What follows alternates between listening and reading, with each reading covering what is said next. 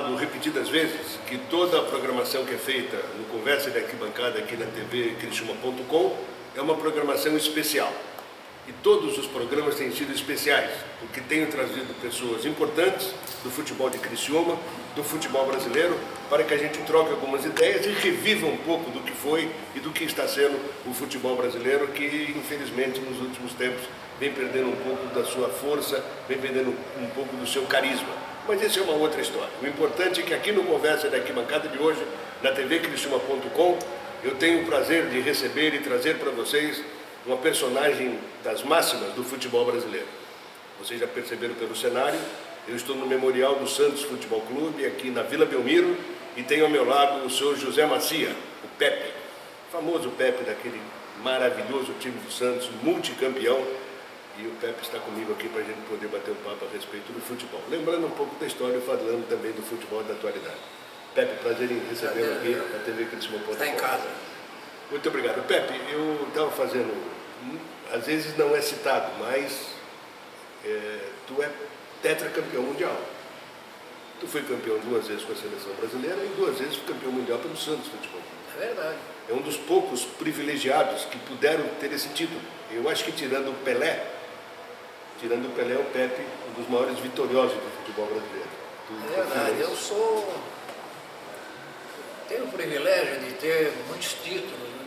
Realmente fui bicampeão mundial pela seleção brasileira, 62, 58 e 62, e bicampeão mundial pelo Santos, 62 e 63. Aí com uma satisfação redobrada, porque eu consegui jogar inclusive na final contra o Milan, marquei 2 gols, quando o Santos perdia de 2 a 0 para virar para 4 a 2.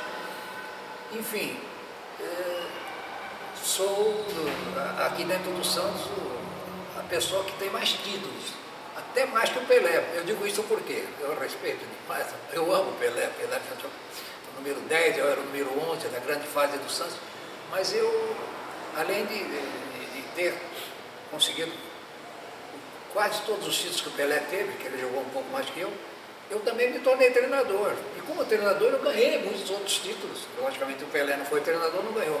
Então eu me considero assim um privilegiado de tantas conquistas, de tantos títulos e de ser muito reconhecido. Notadamente aqui na cidade do Santos, eu sou considerado o menino de ouro da vila. Menino de ouro já tem 80 anos agora, mas continuo sendo muito bem tratado, muito bem reconhecido pelo torcedor do Santos. Agora, interessante, Pepe, nós estivemos juntos aqui há cerca de 2 anos, eu pude testemunhar isso, como agora há pouco passou uma menina aqui de 18, 19, 17, 20 anos, sei lá quanto, e veio aqui abraçar o Pepe, dar um beijo no Pepe, quer dizer, uma menina que nem sonhava em nascer e o Pepe já tinha parado de jogar futebol. Essa empatia que existe, o que tu acha que se deve a isso, Pepe? Não sei, veja bem, na época que eu vim para o Santos, eu vim para o Santos em 1951. Tu é daqui? Tu nasceu aqui? Eu tinha 16 anos, eu sou santista, eu nasci em Santos. Mas na época eu estava morando em São Vicente, uma cidade próxima aqui. E vim fazer teste no Santos e acertei, agradei no primeiro tempo, assinei inscrição, cheguei em casa todo feliz, falei para o meu pai assim, olha, já sou jogador do infantil do Santos, já ganhei a carteirinha de sócio, vou poder assistir de graça. Assistir de graça os jogos dos profissionais, foi o meu primeiro prêmio. E fui subindo gradativamente no departamento amador, até com 19 anos eu fui lançado na equipe profissional, torneio Rio São Paulo. Naquela época não era muito comum, como agora, um garoto de 17, às vezes até 16 anos, ser lançado no time de cima. Você tinha que fazer um vestibular mesmo, era infantil, juvenil, amador, e aí sim era aproveitado no time de cima. Perfeito. Pepe, qual é o número do teu sapato? Eu? Calça que número? 40. 40. O Pepe é um baixo? Eu tenho 1,70m, 1,70m. 1,70m, pé 40. Como é que surgiu o canhão da vida? Como é que chutava com tanta força? Coincidência, eu chutava forte, ainda já jogava descalço e chutava forte, mas eu era meio idoso até, eu era meia esquerda. Ainda bem que eu parei de jogar na minha Claro, esquerda, senão ia não chegar, era 10, não tava chegar fora. o Pelé aqui ia complicar. Então, no infantil do Santos eu já era meio esquerda. Depois no juvenil, o Lula já era o treinador do Santos, né? Das equipes de base, ele me colocou na ponta esquerda, aproveitando a minha velocidade, meu chute, né? E, consequentemente, eu me adaptei melhor à ponta esquerda e consegui fazer uma carreira muito bonita. Ô Pepe, tem uma foto aqui atrás, nós estamos no cenário, aqui atrás uma foto que deve ser esse time que jogou uma Libertadores, a que está aqui atrás, contra o Peñarol, aquela grandona ali. Você vê, lá tem um cidadão do Peñarol lá atrás, 1,90 m para cima, era um time forte. E não era lateral direito? Aquele não, aquele lá deixa eu ver. Me parece o Gonçalves, o médio volante excelente que eles tinham, sabe? Era um time era um grande rival do Santos, e o Santos conseguiu ganhar lá do Peñarol, no campo deles, uma das maiores épicas, uma vitória épica, uma das maiores vitórias da história do Santos. Era muito difícil jogar no Uruguai, até sabe por quê? Apesar do time deles ser bom, eles deixavam o campo preparado, não era bem gramado, para dificultar o toque de bola do nosso time, que era muito bom. Interessante que nesse confronto aí, se eu bem me lembro, se a memória, o Santos perdeu na Vila. Perdeu o jogo na Vila. Perdeu aqui na Vila e depois foi buscar. E todo mundo pensou, já foi, já era, mas que nada. Né? Acho que foi 2 a 1 aqui na Vila. 3 a 2. Conturbado. 3 a 2. 3 a 2, 3 a 2. E aí tinha que ganhar lá de qualquer jeito e ganhou. Né? Agora é interessante, Beto, que nessa foto aqui, o ataque, até comentava antes, que o time todo, na parte de cima, defesa ali com o Zito de volante, morreu todo mundo, menos o Lima. É verdade. E na parte de baixo, no ataque, estão todos vivos. Aí eu vou voltar para o bicampeonato da seleção brasileira. Dorval, Mengalvio. O Mengalvio foi convocado para a Copa de 62, era reserva. Coutinho, convocado para 62, reserva. Isso. Pelé, discutível, depois se machucou. E Pepe na ponta esquerda, reserva. Como é que explica isso, o time desse maior ataque fantástico, numa seleção brasileira, ter apenas um titular? É verdade. O nosso grande rival na época era o Botafogo. Também tinha um grande ataque, era Garrincha, Didi, Quarentinha, Amarildo e Zagallo. E até por circunstâncias, o Coutinho, em 62, o Coutinho se lesionou, eu também. Tivemos problemas de lesão que nos atrapalhou nos preparativos. Então, e principalmente porque a seleção que ganhou, 58, era... A de 62, 4 anos depois, era muito parecida. Trocou um pouco, né? Então, e aí aconteceu da gente ficar na reserva. O Zagallo cumpriu muito bem até a missão dele, era um ponto esquerdo recuado, nasceu aí o 4-3-3, mas não só o Fiola, como o Aimoré, eu tenho a impressão, difícil de falar agora, anos depois, que se eu tivesse realmente condições, eu poderia, no mínimo, ser o titular. Isso te frustrou? Na seleção, naquela época havia a seleção paulista, e eu era titularíssimo na seleção paulista. E com o detalhe que eu fazia muito gol, eu tinha um chute forte, eu cobrava falta. Embora a característica que foi usada pelo tanto 58 como 62, o Zagallo cumpriu muito bem. Te frustrou ficar na reserva, não participar de nenhum jogo das duas Copas? Não havia banco, né? Ou você jogava ou não jogava, eu ficava na arquibancada torcendo. Eu tenho impressão, não tenho certeza. Acho que em 62 só podia trocar o goleiro, não me fala a memória. Mas a gente ficava na arquibancada torcendo. Então, não tinha saída. Não havia chance justamente porque o time estava caminhando muito bem. Nas duas Copas foi subindo gradativamente de produção, mas era um grupo muito unido. Era a metade, um pouco mais, de jogadores do Botafogo, do Santos também, e havia assim um contato muito carinhoso. Perfeito. Pepe, tu começou em 51, vindo para o Infantil do Santos, foi profissional, tu jogou profissional, em que ano foi? tu botou a cabeça? Eu tinha 19 para 20 anos e eu jogava no Amador. Naquela época eu fazia aquele curso de infantil, juvenil, Amador. Isso. E eu estava com 19 anos e estava esperando uma chance. Isso foi em que ano? Agora em 54, né? 54. Porque o Ponte Esquerdo Santos era muito bom, era o Tite. O Tite. O Tite muito experiente. Aí me levaram na primeira vez, não foi nem o Lula, foi um treinador italiano que ficou muito pouco tempo aqui, chamado Giuseppe Ottina, que foi o antecessor do Lula. E ele me levou nesse jogo, um jogo com o Fluminense no Pacaembu, fiquei na reserva e quando faltavam uns 20 minutos para acabar o jogo, o Santos estava perdendo 2-1. Aí ele me chamou, com uma expressão assim de intranquilidade que ele estava, né?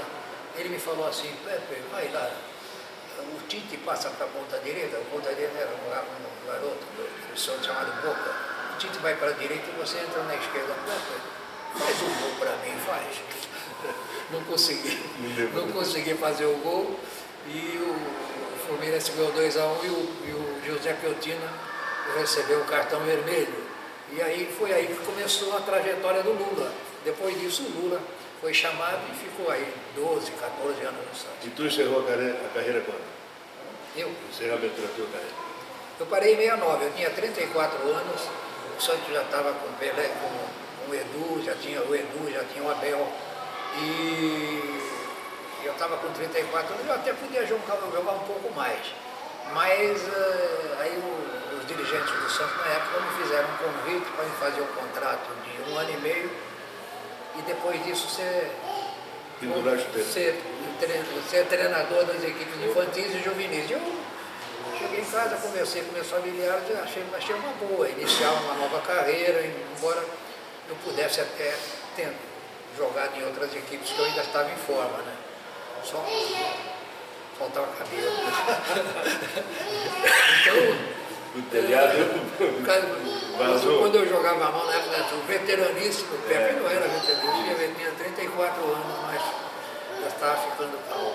O Pepe, 54, 69 são 15 anos de carreira. Tu teve poucos treinadores. Teve algum deles em que tu te espelhou para poder se tornar um técnico? Eu tive vários treinadores, o Lula era o mais prático. O Lula foi até quando? O Lula ficou muito tempo aqui, pelo menos 12 anos. Aí.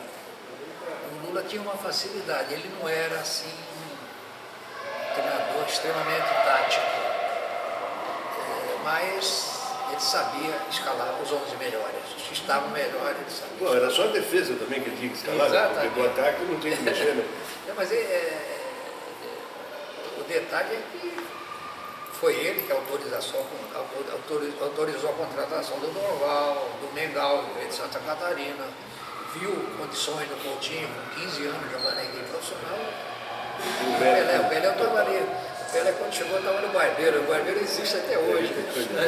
Na época era o Espanhol.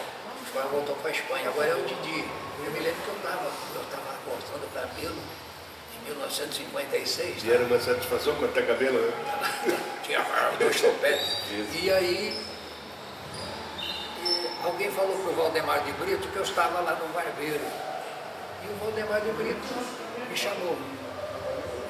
Aí falou, Pepe, eu estou trazendo um garoto aí que vocês vão gostar. Vê se você pode dar uma força para ele. Ele tem personalidade, mas vocês vão gostar, ele vai agradar, tenho certeza. Então ele me chamou, o Pelé estava tomando um refrigerante ali no bar do lado do Espanhol e me apresentou o Pelé me deu um aperto na mão, quase me quebra a mão, falei, esse parece que veio com vontade. Como é que meu apelido é Pelé. Pronto, o resto da história vocês já sabem. Já no primeiro treino ele fez um monte de gol. No começo até se falava muito no PPP, né? Era o Pagão, Pelé e Pepe. Depois Coutinho, Pelé e Pepe. Qual trio foi melhor? Isso eu já falei até pro Coutinho. Foi um jogador excepcional. Quem não viu o Coutinho jogar e viu o Romário deve ter sido um grande fã do Coutinho. O Romário era muito parecido com o Coutinho, muito. haja vista que o Coutinho, na época, houve um fato muito curioso, o Coutinho começou a jogar de meia reada. Ele era o 9 e o Pelé era o 10, certo? Então, um dia eu perguntei, por que você joga de meia reada, sem caneleira? Aí ele contou. E toda jogada bonita, principalmente à noite, quem faz é o Pelé. Toda besteira sou eu. Então, para diferenciar um pouco, eu baixei a meia. Então, foi excepcional. As tabelinhas Coutinho e Pelé fizeram marca aqui no Santos. Eu fiz mais gols jogando com o Pagão. O Pagão fazia mais tabela comigo. Já o Coutinho e o Pelé, a tabela era entre eles dois. Eu ouvi tu falar outro dia também. São excepcionais. Era o PPP, Pagão, Pelé e Pepe. Depois esse grande ataque. Vovó Mingau, Coutinho, Pelé e Pepe, no qual eu era o único cara pálida. É verdade. 4 crioulos e eu. Agora, eu ouvi tu falar muito no seguinte, que tu é o maior artilheiro, um nome da história do Santos. É isso, né? Eu não sei essa porque eu fiz 405 gols na minha trajetória no Santos, em 750 jogos. Você vê que é uma média muito boa, principalmente para se tratar de ponta esquerda. Vê que eu tem uma época eu era batedor de pênalti, fui batedor de falta há muito tempo, fiz muito gol de falta também. Mas sempre fui assim, um profissional extremamente dedicado, treinava, nunca criei nenhum tipo de problema para o Santos. Fiz a minha carreira todinha aqui, veio o Barcelona, veio o Milan, para tentar levar o Pepe, e eu preferi ficar, acabei ficando. Coincidentemente depois fui treinador do Guardiola, a gente conversava muito a respeito desses casos interessantes. E ele como treinador mais comentado, mais famoso no futebol mundial hoje em dia, ele se interessava muito quando nós estávamos. Eu fui treinador do Guardiola no Catar, ele era meu jogador, e ele perguntava muito como é que era o Santos do Global, Mingau, Coutinho, Pelé e Pepe, como é que jogava o Zito, como é que jogava o Clodoaldo. Então ele pegou muita coisa de conversa com ele, se bem que ele é extremamente inteligente e muito competente, muito capaz. Então um dia eu me lembro que eu coloquei ele o detalhe é muito interessante, eu coloquei eu era o treinador e colocava na parede quem vai bater a falta, do lado direito, todo treinador hoje em dia faz isso, né? Falta do lado direito, falta do esquerdo, do lado esquerdo, vai fulano. Jogadores que vão cabecear, faltas contra nós, fulano e Guardiola. E ele era médio volante, assim como foi o Clodoaldo, foi o Dunga, à frente da zaga, né? E ele me chamou discretamente e falou, mister, ele me chamava de mister. Pois ele ensina na costa. Ele pode, Pepe, ele é Pepe, sem o E no final. Eu nunca coloquei a cabeça na pelota. La cabeça, la tengo para pensar. Muito profundo, né? Muito interessante. De fato, enquanto eu estive lá, eu não vi o Guardiola dar uma cabeçada na bola, e ele ficava na frente da zaga. Entendeu? Então ele me veio com essa, eu tirei. A gente se dava muito bem, a gente ficava tomando chazinho no dia de treino, batendo papo, ele interessado em tudo que era relacionado com o futebol, e fizemos uma amizade muito boa.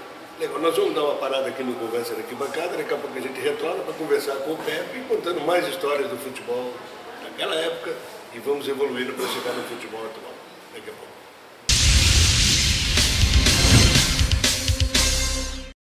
No intervalo desse nosso Conversa da Arquibancada especial, feito diretamente na cidade de Santos, e tudo isso só foi possível em função do apoio que nós tivemos da Dorlitex, indústria de elástico, e também da Artisan Móveis e Decorações. Quero deixar aqui meu agradecimento pessoal ao Sr. Dorli, da Dorlitex, ao Edson Ávila, da Artisan, que viabilizaram esse projeto e nós pudemos estar em Santos para fazer esse material.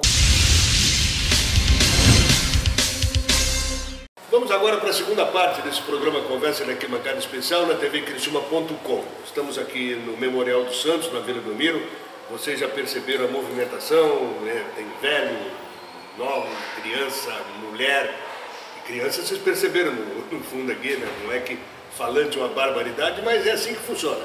né, nessa informalidade que tem o nosso programa. Fizemos lá no hall do Hotel com o Rachete, agora estamos fazendo aqui no Memorial com o Pepe Canhão da Vila, o segundo maior artilheiro da história do Santos e o primeiro maior artilheiro humano da história do Santos, como mesmo o próprio Pepe faz questão de afirmar. Mas falávamos sobre a questão do técnico, a evolução do Pepe como treinador, o seu início e a sua sequência. Depois do Catar, qual foi a tua trajetória? Eu tenho a impressão que eu trabalhei em alguns clubes aqui do interior de São Paulo, acho que até na Internacional de Limeira. Eu fui campeão ali, né? Porque a Internacional de Limeira era a minha segunda casa. Eu fui campeão lá em 86 e tinha um ambiente extraordinário. Mas depois do Criciúma, eu realmente praticamente me aposentei como treinador, né? Andei trabalhando algumas vezes aí como coordenador técnico e tal, até que hoje sou apenas um torcedor. Sou um torcedor ferrenho do Santos Futebol Clube, que é, mais uma vez eu digo que é a minha segunda casa, meu segundo lar. Mas o carinho que a gente tem, porque eu fui muito bem tratado em Criciúma, se eu não consegui fazer milagres, não foi por falta de apoio. Então, até hoje, eu sou reivindicado para bater papo, para conversar, para entrevistas. Estou sempre com a agenda cheia, graças a Deus. Pois é, Pepe, qual é a relação hoje que existe do Santos com os ex-atletas? No teu caso, por exemplo, tu está afastado de uma atividade no Santos, mas está toda hora aqui participando de jogos e tal. A relação com os ex-atletas, principalmente os eternos campeões. É verdade, nós temos uma relação muito boa com os diretores do Santos Futebol Clube. Essa diretoria anterior também nos deu um apoio bastante grande. Mas já visto que nós temos até um contrato, o ataque, fora o Pelé, que o Pelé é sempre o ET, ele tem contratos extras e tal, mas o Dorval, o Mengalvo, o Coutinho e Pepe tem contrato com o Santos para eventos. Estamos sempre sendo muito requisitados, vamos para outras cidades e tudo. Até o fim do ano nós estamos comprometidos com o Santos e até com a promessa dos dirigentes depois deles renovarem, porque é interessante, o torcedor gosta de bater papo com os antigos e grandes campeões.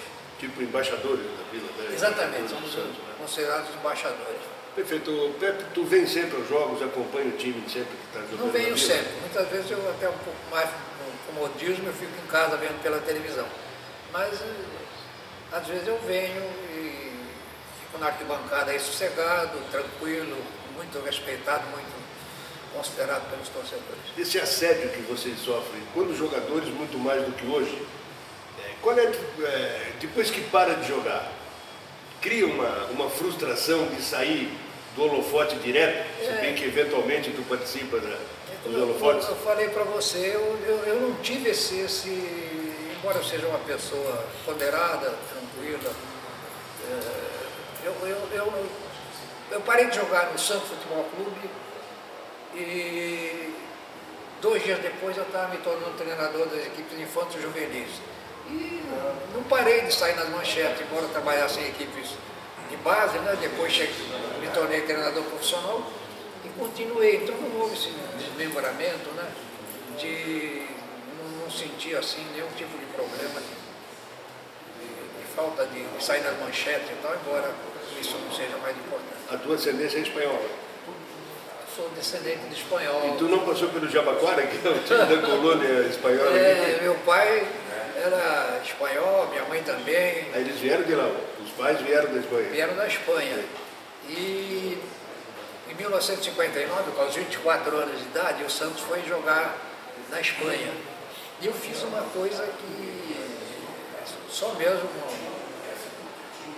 uma pessoa que tem carinho pelos familiares fez. O Santos jogou em La Coruña, até jogamos com o Botafogo. Nós ganhamos do Botafogo de 4-2, onde já se viu um troféu Tereza Herrera ser disputado afinado por 2 equipes brasileiras, só naquela época. Eu fiz 2 gols, ganhamos de 4-2 do Botafogo. E quando acabou o jogo, a delegação do Santos saiu de La Coruña, de La Coruña foi para outro lugar, e eu fui claro, com a permissão do Lula e dos dirigentes do Santos, eu fui conhecer meus parentes na Espanha.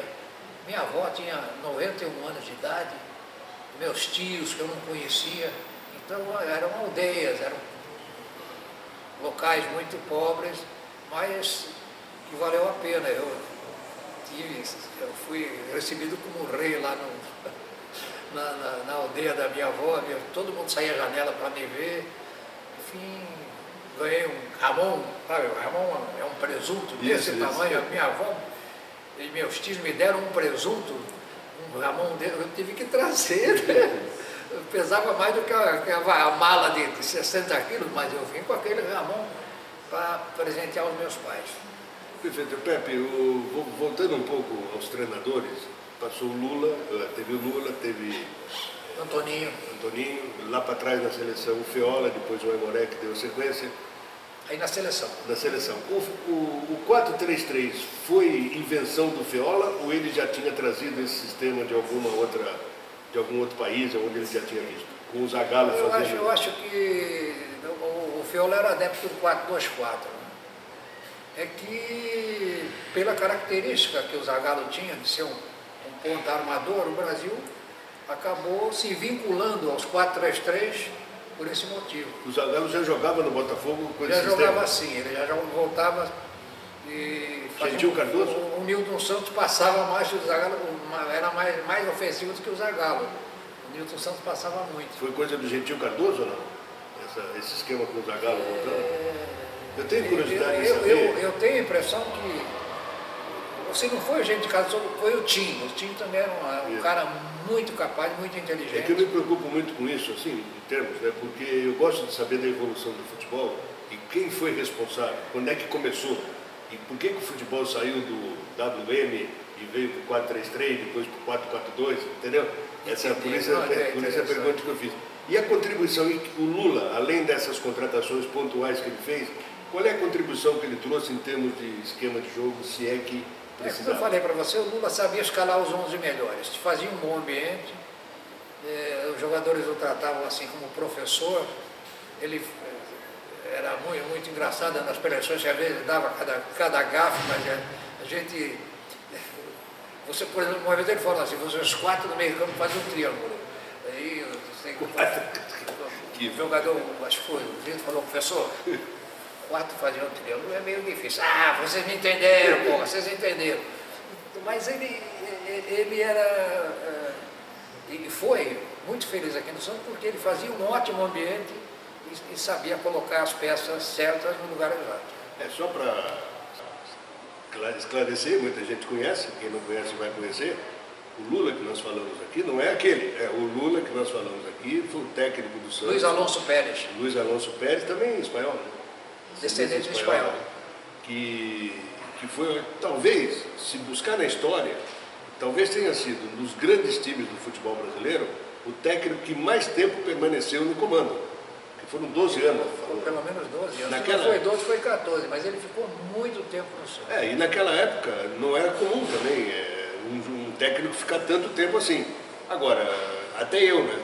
Até o Pepe, até o Roberto, como técnico do Santos, eu ficava 20 anos com esse time aí, ficava 20 anos. Mas é claro, a gente faz uma brincadeira, mas teve também o seu mérito e um treinador super vitorioso, talvez o mais vitorioso em clubes da história do futebol brasileiro. As goleadas do Santos, depois o Lula teve seu sucessor, foi o Antoninho. O Antoninho era uma cópia do Lula, apesar de ter sido um jogador extraordinário, cerebral na época do Santos, embora ele, no tempo dele, o time não fosse tão forte. Mas o Lula conseguiu fazer um grande time, um grande ambiente, e por isso que ele ficou tanto tempo. Isso e ganhava, era bicampeão mundial, 62 com o Benfica, decidido com o Benfica, e 63 decidido com o Milan da Itália. Os tempos eram outros, Pepe, mas o que se ganhava naquela época, em termos de salário, de bicho, o Santos era bicho todo dia, era grana boa, deu para todos havia um detalhe que eu vou contar para você, que nos prejudicou bastante, porque primeiro a gente não ganhava a fortuna que esse pessoal ganha hoje, e segundo havia a desvalorização da moeda. Então você fazia um contrato, e o Santos já, somente os grandes astros, jogador de seleção, o Santos fazia contrato de 3 anos, 3 anos e meio, 4 anos, para ficar bastante tempo com o jogador. Só que você fazia um contrato, 1 ano e meio depois você estava ganhando muito pouco, a moeda ia se desvalorizando, então, consequentemente, a gente era muito prejudicado por isso, né? O Santos normalmente chamava a gente, fazia um reajustezinho, mas nunca conseguia se equiparar a um salário digno de tantos títulos. Eu já vi depoimentos de alguns jogadores que eram reserva do Santos. E até perguntaram, né, tu era reserva, tu podia ser titular em qualquer time. Ele falou, olha, o que eu ganhava no Santos como reserva era mais do que eu ganharia como titular de qualquer outro time. Então tinha realmente essa relação do poder econômico em função do poderio da equipe, né? Agora, é interessante, Pepe, que de todos os jogadores daquele baita time, principalmente no ataque, ninguém saiu. Ninguém foi embora para a Europa.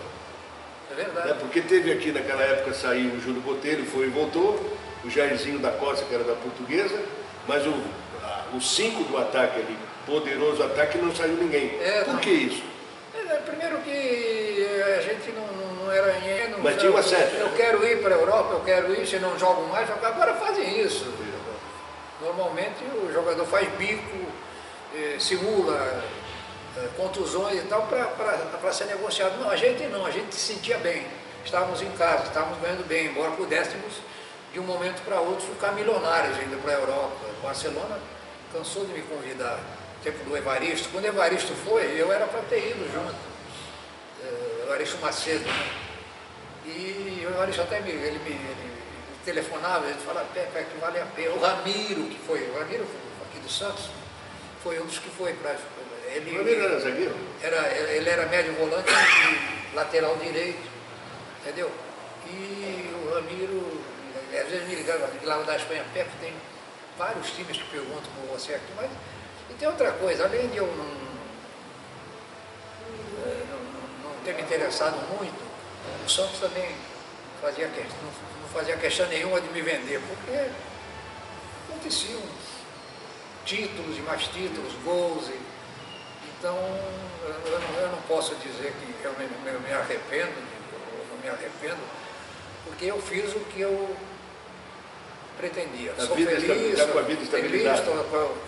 Graças a Deus, com a vida estabilizada, não sou absolutamente milenário, se tivesse tido talvez fosse, mas tenho uma vida boa aqui em Santos, tenho 4 filhos, tenho 6 netos, né? E uma esposa maravilhosa, 64... 64 dá 5, 51. Hein? 64 dá 51. 51 anos de casado, já fizemos até bodas de ouro, verdade. Entendeu? Então são 51 anos casado com Dona Lélia Celano Macia. Eu mando um beijo. E o reconhecimento das pessoas, né? O reconhecimento do povo do futebol, né? É verdade, sem dúvida. Eu até quando só para você ter uma ideia, quando eu casei, 18 de julho de 64, o Santos ia jogar com o Independiente da Argentina. Então o Lula falou, você vai ter que ir. Eu digo, mas como eu vou jogar se eu vou casar? Casei e me levaram na Argentina. Falei, eu só posso fazer o seguinte, eu levo minha mulher, aí o Santos pagou a passagem da Dona Lélia. Justo, e eu joguei contra o Independiente da Argentina e aí nós ficamos lá em Lua de Mel, em 64. Beleza, para encerrar, o papo é ótimo com o Pepe, que nós vamos até depois da manhã, né? se for o caso. Faça para mim um retrato hoje daquilo que tu percebe, sente do futebol brasileiro e da seleção brasileira. Faz um apanhado geral do que está acontecendo hoje na tua visão, com o futebol brasileiro e com a seleção. Olha, a gente não está assistindo os grandes espetáculos de antigamente, é uma preocupação muito grande, notadamente dos treinadores, de segurar emprego. Então a gente vê chatos 0-0, 1-0, meio a 0, 1-1. Não tem mais os 12-1 que o Santos ganhou da Ponte, 10-0, 11-0 do Botafogo de Ribeirão Preto. O pessoal vinha no campo para assistir grandes jogos, grandes goleadas. Hoje tem que se contentar com scores mínimos e, logicamente, o espetáculo já não agrada O treinador hoje, quando coloca 2 jogadores na frente, está sendo ousado. O fulano é ousado, está jogando com 2 atacantes. A gente jogava com 6, Dorival jogava com Coutinho, Pelé e Pepe, mais o Zito. Por isso que saíam tantos gols e o futebol era mais bonito. E a seleção? A seleção, não temos uma safra igual a de antigamente, né? E temos ainda bons jogadores, não precisa dizer que o maior deles todos é o Neymar, que é um jogador fantástico que nasceu aqui na Vila Belmiro também, né? Mas não existe mais aquela quantidade enorme. Na ponta direita havia Garrincha, Julinho, Jair da Costa, na ponta esquerda havia Pepe, Zagallo e tal. E hoje em dia já fica mais difícil para os treinadores. Os jogadores, na primeira oportunidade, eles vão para o exterior e ficam de uma hora para outra numa situação financeira extraordinária. Não que eles não gostem de jogar na seleção brasileira, mas já uma situação financeira muito boa, e se ganhar, ótimo, se não ganhar, paciência. E o que a gente que está e fica em casa torcendo, sente que podia ser um pouco melhor. Muito bem. Quero te passar as mãos aqui, uma obra que foi produzida, até nós conversamos antes do lançamento do livro. Obrigado. Eu estive contigo aqui para a gente conversar sobre o livro, né? E valeu mesmo, fica aí como recordação. Eu tenho também uma camisa para te entregar. Certo? Que legal! É uma camisa licenciada da Embratex, que faz o licenciamento da camisa do Criciúma. Fica também muito bonita. Um brinde para ti aí, para tu colocar no teu arquivo de camisas. Queria agradecer a gentileza e dizer que não foi muito longo o tempo que eu passei no Criciúma, não fui também muito feliz como treinador, mas deixei grandes amizades e estão lá delas. Um abraço a todos os esportistas de Criciúma. Boa sorte. Muito obrigado pela entrevista. Obrigado. Boa sorte também e até a próxima. Está encerrado esse Conversa na Arquibancada. A gente voltará numa outra oportunidade com outros grandes nomes da história do futebol de Criciúma e também do futebol brasileiro.